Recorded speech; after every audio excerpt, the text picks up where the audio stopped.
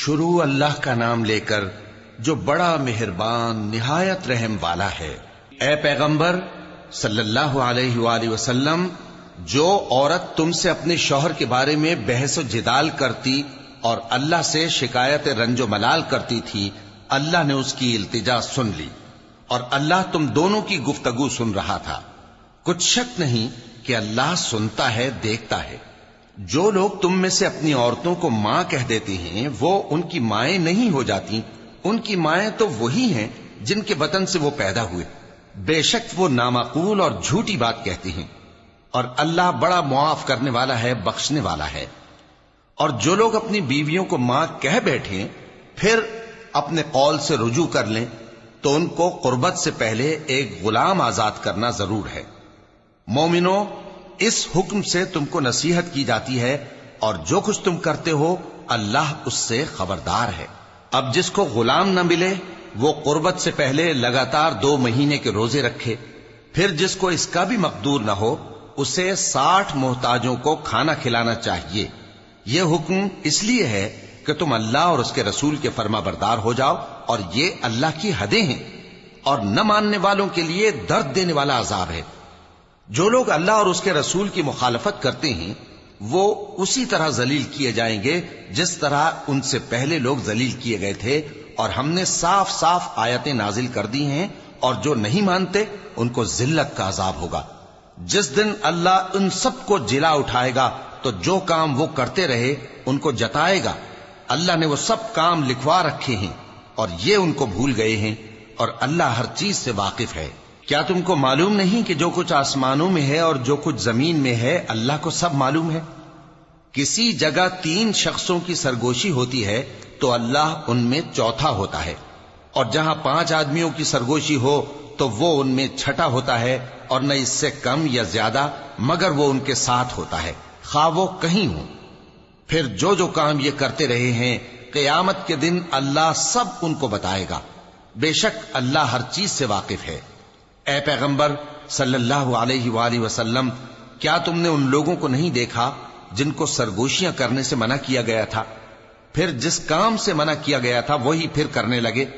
اور یہ تو گناہ اور ظلم اور پیغمبر صلی اللہ علیہ وآلہ وسلم کی نافرمانی کی سرگوشیاں کرتے ہیں، اور جب تمہارے پاس آتے ہیں تو اللہ تعالیٰ کے بتائے ہوئے الفاظ کے بجائے دوسرے الفاظ میں تمہیں دعا دیتے ہیں، اور اپنے دل میں کہتے ہیں کہ اگر یہ واقعی پیغمبر ہیں تو جو کچھ ہم کہتے ہیں اللہ ہمیں اس کی سزا کیوں نہیں دیتا؟ اے پیغمبر صلی اللہ علیہ وآلہ وسلم، ان کو دوزخ ہی کی سزا کافی ہے، یہ اسی میں داخل ہوں گے اور وہ بری جگہ ہے۔ مومنو، جب تم آپس میں سرگوشیاں کرنے لگو تو گناہ اور زیادتی اور پیغمبر کی نافرمانی کی باتیں نہ کرنا، بلکہ نیکوکاری اور پرہیزگاری کی باتیں کرنا، اور اللہ سے جس کے سامنے جمع کیے جاؤ گے ڈرتے رہنا۔ منافقوں کی سرگوشیاں تو شیطان کے اکسانے سے ہیں جو اس لیے کی جاتی ہیں کہ مومن ان سے رنجیدہ ہوں، مگر اللہ کے حکم کے سوا ان سے انہیں کچھ نقصان نہیں پہنچ سکتا۔ تو مومنوں کو چاہیے کہ اللہ ہی پر بھروسہ رکھیں۔ مومنوں، جب تم سے کہا جائے کہ مجلس میں کھل کر بیٹھو تو کھل کر بیٹھا کرو، اللہ تم کو کشادگی بخشے گا، اور جب کہا جائے کہ اٹھ کھڑے ہو تو اٹھ کھڑے ہوا کرو۔ جو لوگ تم میں سے ایمان لائے ہیں اور جن کو علم عطا کیا گیا ہے اللہ ان کے درجے بلند کرے گا، اور اللہ تمہارے سب کاموں سے واقف ہے۔ مومنوں، جب تم پیغمبر کے کان میں کوئی بات کہو تو بات کہنے سے پہلے مساکین کو کچھ خیرات کر دیا کرو، یہ تمہارے لیے بہت بہتر اور پاکیزگی کی بات ہے، اور اگر خیرات تم کو میسر نہ آئے تو اللہ بخشنے والا مہربان ہے۔ کیا تم اس سے کہ پیغمبر کے کان میں کوئی بات کہنے سے پہلے خیرات کرو ڈر گئے؟